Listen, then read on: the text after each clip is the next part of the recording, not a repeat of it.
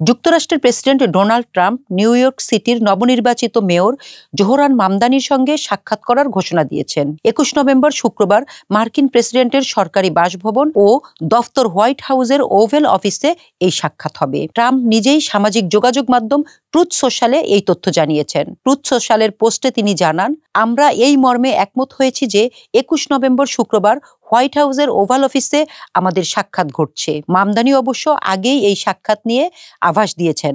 গত সোমবার তিনি সাংবাদিকদের বলেন, নির্বাচনী প্রচারণার সময় নিউ ইয়র্কের ভোটারদের উদ্দেশ্যে আমার দেয়া প্রতিশ্রুতি পূরণে আমার টিমের সদস্যরা হোয়াইট হাউসের সঙ্গে যোগাযোগ করছে। নিউ ইয়র্কের মেয়র নির্বাচনে জোহরান মামদানিকে আটকাতে ট্রাম্প প্রশাসন যথেষ্ট চেষ্টা করেছে।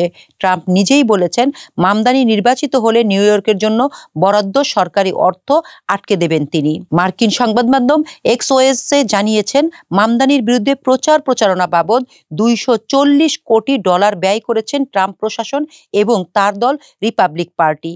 তবে এইসব প্রচেষ্টা জোহরান মামদানির জয় ঠেকাতে পারেনি। মেয়র নির্বাচনে 50% ভোট পেয়ে বিজয়ী হন তিনি। ট্রুথ সোশ্যালে ট্রাম্পের পোস্ট দেওয়ার পর সাংবাদিকরা মামদানি এবং তার টিমের সদস্যদের সঙ্গে যোগাযোগ করেছিলেন। আগামী 1 জানুয়ারি নিউ ইয়র্ক সিটির মেয়র শপথ গ্রহণ করার কথা আছে মামদানির।